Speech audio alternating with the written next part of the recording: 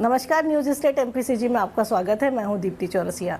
आज हम खास मुलाकात कर रहे हैं मध्य प्रदेश के स्वास्थ्य और गृह मंत्री नरोत्तम मिश्रा से। नरोत्तम जी, स्वागत है आपका न्यूज स्टेट में। बहुत धन्यवाद बेना। सबसे पहले तो ये कि जब आपने शपथ ली तो कोरोना आपको विरासत में मिला और आपके पास जो 2 विभाग मिले वो भी बहुत महत्वपूर्ण है। और अगर खासकर देखें तो जो कोरोना वॉरियर्स की बात है वो इन दोनों विभागों में ही है। तो कितना चुनौतीपूर्ण था आपके लिए इस पर काम करना? बड़ी जिम्मेदारी थी, ये सच है।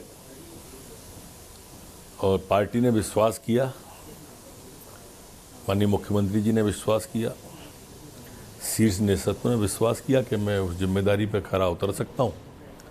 जिम्मेदारी दी तो आप भी देख रही होंगी, पहले दिन से हम जिम्मेदारी पर खरा उतरने की कोशिश कर रहे हैं। और जो कोरोना विश्व में भयावह रूप लिए हुए है, जो महाराष्ट्र जैसे प्रदेश में भयावह रूप लिए हुए, हम उसको मध्य प्रदेश में थाम के रखे हुए। कोशिश है हमारी कि ये थमा रहे। आज डबलिंग रेट हमारी 24 दिन हो गई, शायद मेरे ख्याल से हिंदुस्तान में सबसे ज़्यादा है। आज डिस्चार्ज होने वाले पेशेंट हमारे 54% पे आ गए। मेरे ख्याल से हिंदुस्तान में सर्वाधिक डिस्चार्ज होने वाले पेशेंट मध्य प्रदेश के ही हैं, और जो डबलिंग को हमारी को थामे हुए हैं।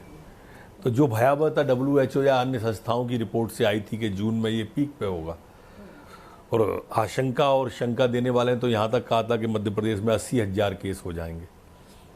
पर आप देखिए, आज तक 8,000 भी नहीं होने दिए हमने, 80,000 जो कह रहे थे। तो कोशिश कर रहे हैं, क्योंकि ये बीमारी ऐसी है कि इससे डरने की आवश्यकता नहीं है, इसको समझने की आवश्यकता है। इसकी चिंता करने की इसकी आवश्यकता नहीं है। इसके लिए चिंतन करने की आवश्यकता है कि हम कितनी दूरी बना के रखें, हम क्या क्या सावधानियां रखें, समय पे हाथ धोएं, कितनी भारतीय पद्धति को अपनाएं, हम भारतीय मूल की जड़ी बूटियों को अपनाएं। अगर गिलोय जैसी जड़ी बूटी को हम सुबह चबा लेंगे तो मैं समझता हूँ ये कोरोना तो हम रोज़ हरा देंगे। ये स्थिति है, तो ऐसा नहीं है कि हम इस पर जीतेंगे नहीं। जितना काम हुआ उससे आप संतुष्ट हैं? क्योंकि जब आपको मिला होगा डिपार्टमेंट तब तो एक बार मन में आया होगा कि स्थितियां इतनी विकट हैं और इस समय जब महामारी का समय है तो कैसे कर पाएंगे काम? नहीं, मेरे पर ये पहले रहा है। मध्य प्रदेश में सर्वाधिक समय तक मैं ही स्वास्थ्य मंत्री रहा हूँ। मुझसे ज़्यादा ये विभाग और किसी पर नहीं रहा आज़ादी के बाद से। तो मैं समझता था इस विभाग को, इसकी कमजोरियां भी मैं जानता था, अच्छाइयां भी जानता था, और इसलिए सामंजस्य ठीक से बिठाल पाए। प्रशासन शासन के साथ साथ जिस तरह से शिवराज सिंह जी चौहान ने, हमारे मुख्यमंत्री ने, इसके लिए प्रयास पहले दिन से किया। आप देखेंगे कि 23 तारीख को पहली उन्होंने शपथ ली, शपथ ग्रहण 9 बजे, और रात में 10 बजे कोरोना की बैठक शुरू कर दी। इसके पहले किसी मुख्यमंत्री ने ऐसी बैठक नहीं करी थी। इससे पहले जो सरकार थी, मेरी निजी राय ये है कि अगर वो जागरूक होती तो इंदौर में जो कोरोना सर्वाधिक फैला वो नहीं फैलता। दुबई से आने वाली मैं ये बात कह रहा हूँ, मैं आलोचना कांग्रेस की करने के लिए नहीं कह रहा, या कांग्रेस के नेता की आलोचना करने को नहीं कह रहा।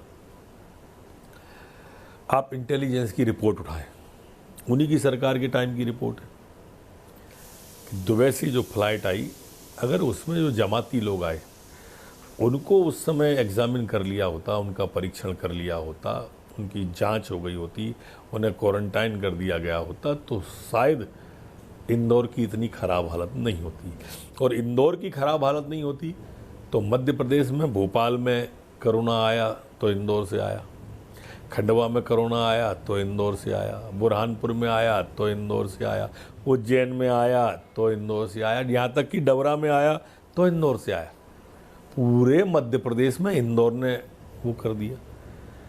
तो उस समय की सरकार आईफा अवार्ड में बिजी थी, उसकी प्राथमिकता आईफा अवार्ड थी, उसकी प्राथमिकता जैकलीन थी, उसकी प्राथमिकता सलमान खान थे। जनता प्राथमिकता रही नहीं उस सरकार की कभी। इसके कारण से हमारे को मध्य प्रदेश में 1 महीना विलंब से काम शुरू हुआ, और 1 महीने के कारण से हमको फैला हुए काम को समेटने में बहुत तकलीफ गई। लेकिन धन्यवाद प्रशासन को, शासन को, माननीय शिवराज सिंह जी को कि उन्होंने मुस्तैदी से काम को संभाला। लेकिन अभी क्या लगता है, जितना काम हुआ है वो ठीक है जिस फ्रीक्वेंसी में केस हैं, या कुछ कमियां अभी भी छूट रही हैं और कुछ होना अभी भी ज़रूरी है? नहीं, हमारे मुख्यमंत्री जी प्रतिदिन इसकी समीक्षा करते। अब कल हमने 4 जिले की समीक्षा की। आपने पढ़ा भी होगा, देखा भी होगा, आपके चैनल पे मैंने भी देखा कि CMHO सस्पेंड हुआ कल सागर का, SDM निलंबित हो गया। आज हमारे भोपाल में ही एम्स की टीम बन के हमीदिया की जांच करने जा रही है। आज ही रिपोर्ट चाहिए और आज ही जवाब दो। आपने ऐसी कभी सुनी है कि जांच की रिपोर्ट एक ही दिन के अंदर आए और कार्रवाई हो? तो कमियां तो आती रहेंगी, लेकिन हम मुस्तैदी से उस पर काम करते रहेंगे। इतना व्यापक क्षेत्र है कोरोना का, ये कहीं भी एकदम घुसता है और अंदर जाके विस्फोट कर देता, पता ही नहीं चलता, वो अंदर अंदर फैलता रहता है। कोई भी संक्रमित व्यक्ति आ गया। अब 5 लाख से ज़्यादा मजदूर मध्य प्रदेश में, खासकर महाराष्ट्र से ज़्यादा आए। अब बम्बई मतलब एक तरह से विस्फोटक स्थान हो गया है आज कोरोना के नाम पर। मुंबई से जो मजदूर आता है, हम बस में ला रहे हैं तो ट्रेन में ला रहे हैं तो संक्रमित निकलते ही हैं। और संक्रमित जो गांव में पहुंच जाता है उसके लिए हमें बहुत वो करना पड़ता है। तो गांव के बाहर क्वारंटाइन सेंटर बनाना, उनको 14 दिन तक क्वारंटाइन करके रखना, फिर सावधानियां बताना, जिम्मेदारियां बताना। भाई हम बता सकते हैं कि ये सावधानियां और ये परेशानियां हैं, आगे माई की इच्छा है और आगे भाई की इच्छा है, जो भाई आया है लौट के। तो यही कर सकते हैं। हमारे सरकार के पास में जो सरकार को करना चाहिए उसमें कमी आपको नहीं मिलेगी।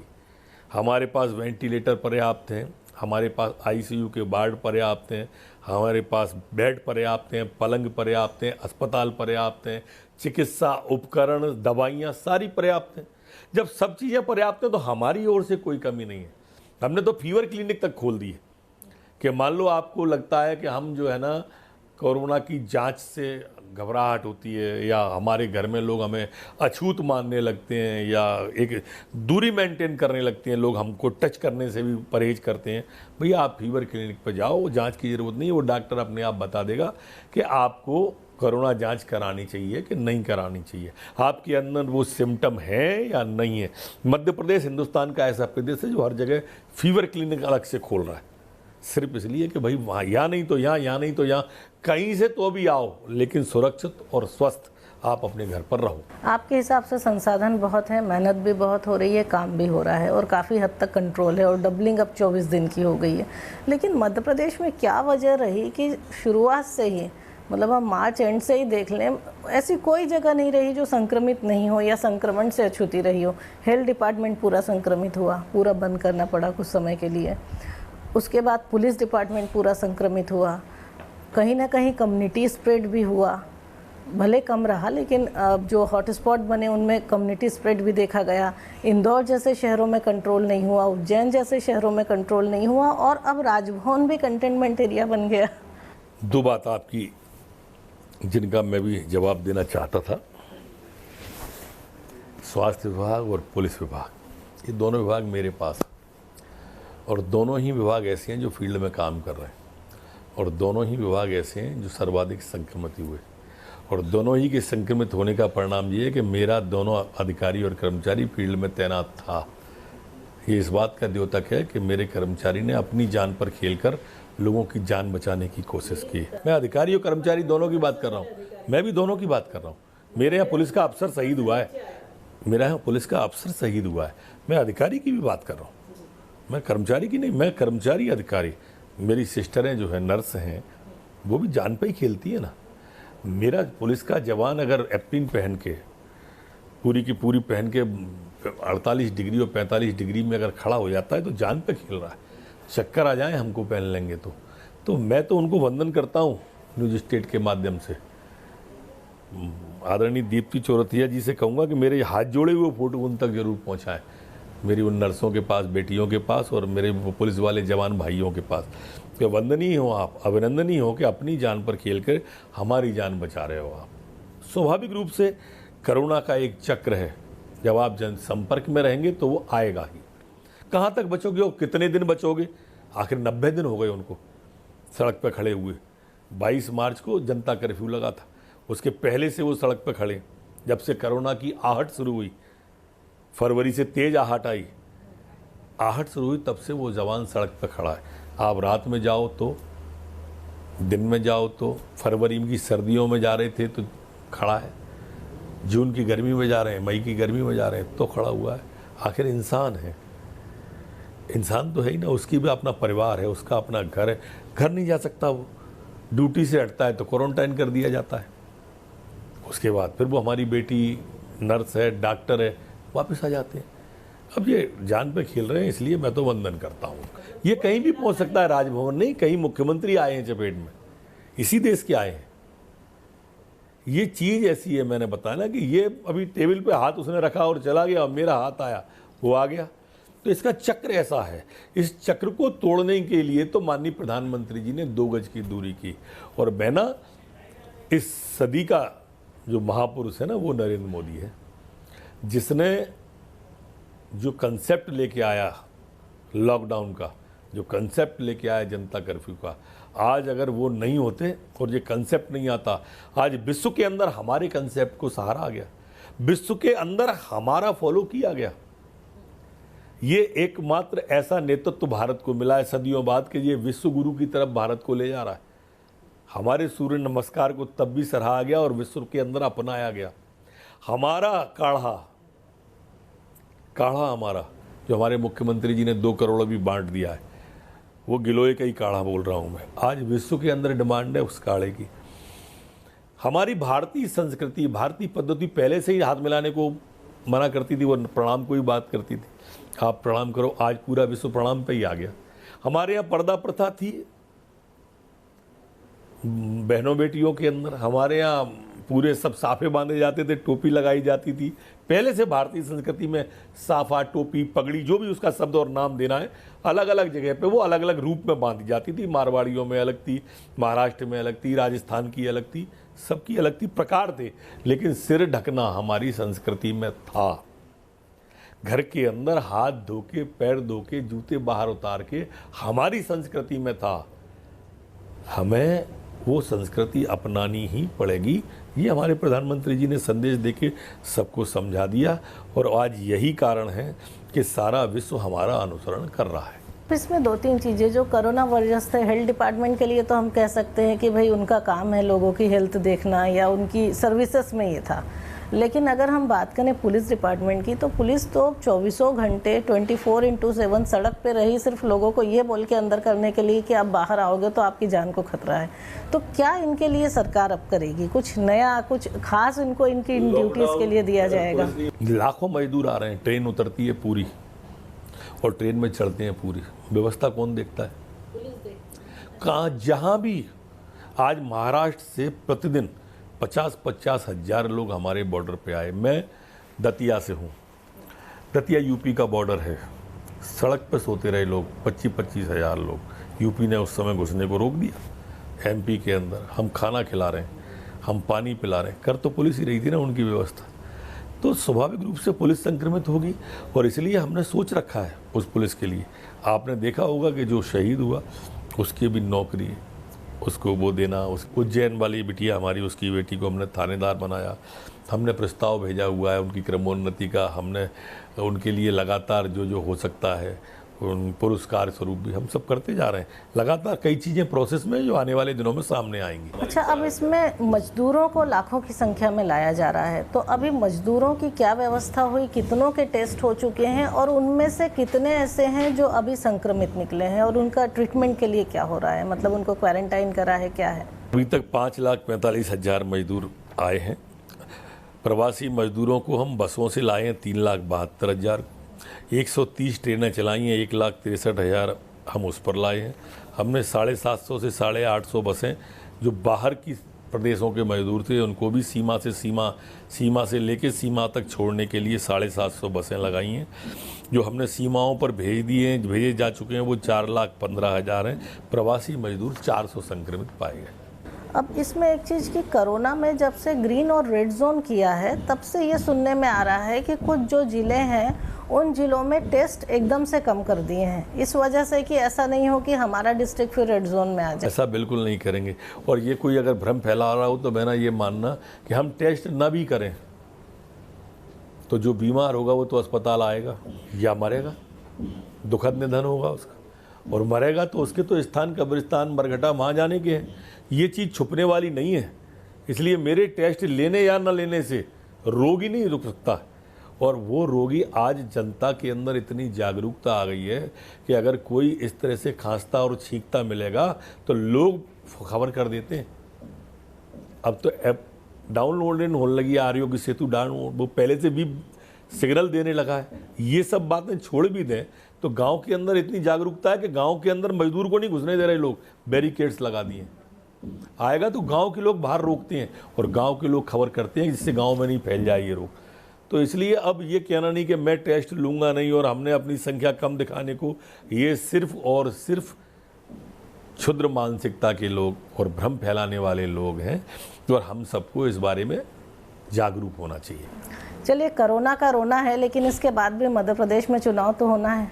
निश्चित 24 उपचुनाव है, क्या स्थिति है, पार्टी की क्या तैयारी है और कांग्रेस को आप कहाँ देख पा रहे हैं?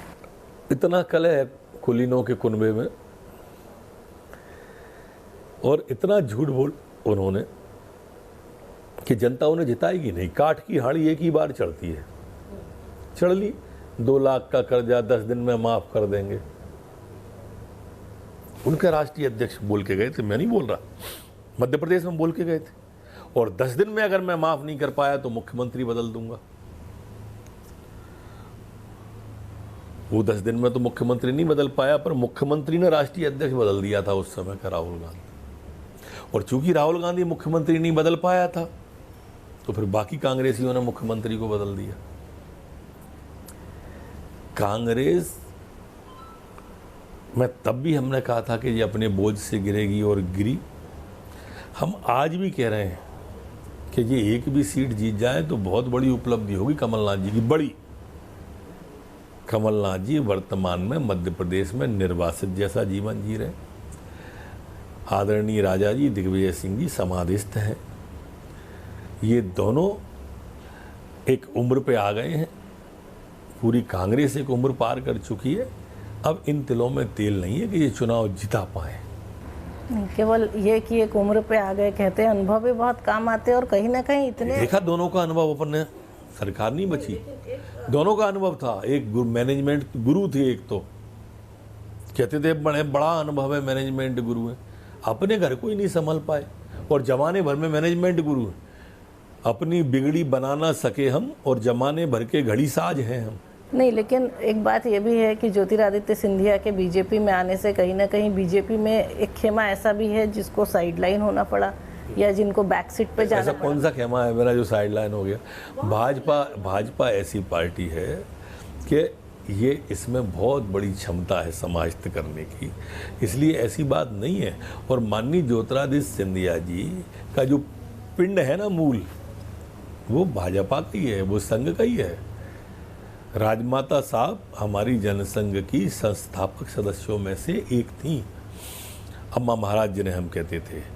आज आदरणीय ज्योतिरादित्य सिंधिया जी की बुआ जो शिवपुरी से विधायक हैं, वो हमारे यहाँ मंत्री रही हैं, वो सांसद रही हैं। आज राजस्थान में 10 साल तक मुख्यमंत्री रहने वाली माननीय ज्योतिरादित्य सिंधिया जी की बुआ इसी में है। पूरा परिवार तो आज भी इसी में रमा बसा है। वो भी आ गए। जल और कुल को मिलने में कितनी देर लगती है, मिल गए। लेकिन बीजेपी की क्या तैयारियां हैं? सिर्फ इसी पे बीजेपी टिकी है कि भारतीय जनता पार्टी के पास एक मजबूत संगठन है। भारतीय जनता पार्टी काम कर रही है।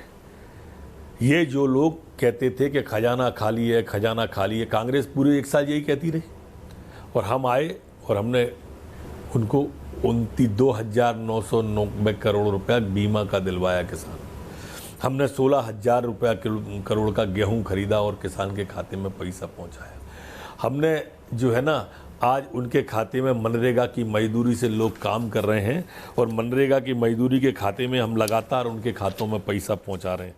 लगातार आप ये सोच सकते होंगे कि आज वर्तमान में मध्य प्रदेश के अंदर 23,64,964 मजदूर काम कर रहे हैं। 1,95,989 लगातार काम चल रहे हैं हमारे, जिसमें मजदूर बाहर से आने वाले को भी हमने काम दिया है और 1,235 करोड़ रुपए का अभी तक हम भुगतान कर चुके। जो उन लोगों को सोचना चाहिए किस तरह से लोगों को बेवकूफ़ बनाते थे। आज रोजगार सेतु हमारी सरकार ने चालू किया, श्रम सिद्धि अभियान चालू किया, 0% ब्याज पे किसान को पैसा हमने देना प्रारंभ किया, हमारा संबल योजना हमने दोबारा प्रारंभ कर दी और करोड़ों रुपया गरीबों के खाते पे। बोलने तो दो, मैं बताऊं क्या किया आपको मध्य प्रदेश में। आप आधा घंटे तक सुनो कि 2 महीने में हमने इतना कर दिया। काम के आधार पर ही शिवराज सिंह चौहान ने हमेशा वोट मांगा है। हमने कभी किसी जाति वर्ग भेद भाषा के आधार पर वोट नहीं मांगा। वो लोग जो जिस तरह से जातियों में दरार पैदा करके वोट मांगते थे, अब उनको समझ में आएगा कि काम क्या होता है। अच्छा, इन 1.5 साल में जब तक कांग्रेस की सरकार थी, आप पर सबसे ज़्यादा राजनीतिक और प्रशासनिक हमले हुए। ये आपको लगता नहीं कि ये राजनीतिक कम व्यक्तिगत ज़्यादा थे? व्यक्तिगत ही थे, राजनीतिक क्या थे बहन। दरअसल ये इनको मन में शायद ऐसा भाव पैदा हो गया था, जो यहाँ के सत्ता के शीर्ष पर 2 लोग थे, एक पर्दे के पीछे से चला रहे थे, एक पर्दे में सामने से चला रहे थे। उनको ऐसा लगता था कि मैं इनकी सरकार को गिरा दूंगा। मैं मुखर होकर आलोचना करता था और इनको ये लगता था कि अगर इसके दामादों को हटा देंगे, इसके भाइयों को हटा देंगे, इसके मकान दुकान तोड़ देंगे तो ये दब जाएगा। इसको मालूम ही नहीं था कि जितना तपता है सोना उतना आता है निखार। इसको समझ नहीं थी। इसलिए ठीक है उनने जो किया, पर हम कभी राजनीतिक विद्वेष से काम नहीं करेंगे। ये भी हम न्यूज़ स्टेट के माध्यम से, आपके माध्यम से उन्हें बताएंगे। हमेशा चाहे सरकार बीजेपी की पिछले 15 साल की रही हो या बीजेपी विपक्ष में रही हो, आपने हमेशा फ्रंट पे बल्लेबाजी करी है। कम से कम इन 15 महीनों में तो लगातार ये देखा गया कि पार्टी के तारणहार आप रहे। तो क्या आप हमेशा तारणहार की भूमिका में होंगे या कभी पालनहार की भूमिका में आएंगे? पार्टी का तारणहार कोई नहीं है बहना, ये पार्टी अलग है। ये विचार वाली पार्टी है, नीति और सिद्धांत वाली पार्टी में। इसमें कई नरोत्तम हैं। ये गलतफहमी किसी नरोत्तम को होगी तो वो रसातल में जाएगा। हम जैसे बहुत लोगों का निर्माण हमारा विचार परिवार करता है, संगठन करता है, और इसलिए ये भाव कभी मन में नहीं आया। विपक्ष में थे तो फ्रंट लाइन पे खेला, ये सच था। मेरा स्वभाव है संघर्ष का, इसलिए मुझे अच्छा लगा, मज़ा आया। तारणहार जैसी कोई बात नहीं। तो इसका मतलब आप हमेशा नंबर 2 पर इसी तरह काम करते रहेंगे? 2 पे रहूँ, 3 पे रहूँ, 4 पे रहूँ, एक वाली तो कोई बात है ही नहीं। हाँ, पीछे ही जाऊँगा, आगे कहाँ जाऊँगा। पर्याप्त जहाँ हूँ वहाँ संतुष्ट हूँ, और जो भूमिका दे रही है पार्टी उसमें भी संतुष्ट हूँ। कहीं भी महत्वाकांक्षा जैसी चीज़ नहीं आई, ऐसा मन में सोच के रखा है। इसलिए कोई मतभेद भी नहीं होते किसी से कभी भी। चलिए, फिर अब ये बताइए कि आने वाले दिनों में आप इस डिपार्टमेंट के लिए, जो दोनों आपसे जुड़े हैं, जिन्होंने अभी इतने क्रिटिकल टाइम में इतना काम किया, क्या बल्कि कर रहे हैं, इनके लिए आप क्या करना चाहेंगे? बतौर मंत्री हम पूछें कि भाई आपका स्वास्थ्य विभाग और आपका पुलिस विभाग, इनके लिए आप क्या चाहते हैं कि और क्या? दोनों में करने की अपार संभावना है बहना, स्वास्थ्य में भी और पुलिस में भी। मेरी मान्यता है कि दोनों का जितना महत्वपूर्ण काम है उतना न्याय हम उनके साथ नहीं कर पाए हैं। तो पहले करोना और उसके बाद इन विभागों के बारे में बैठ के जो अच्छे से अच्छा होगा, जो बेस्ट पॉसिबल होगा, हम वो करेंगे। चलिए, हमसे बात करने के लिए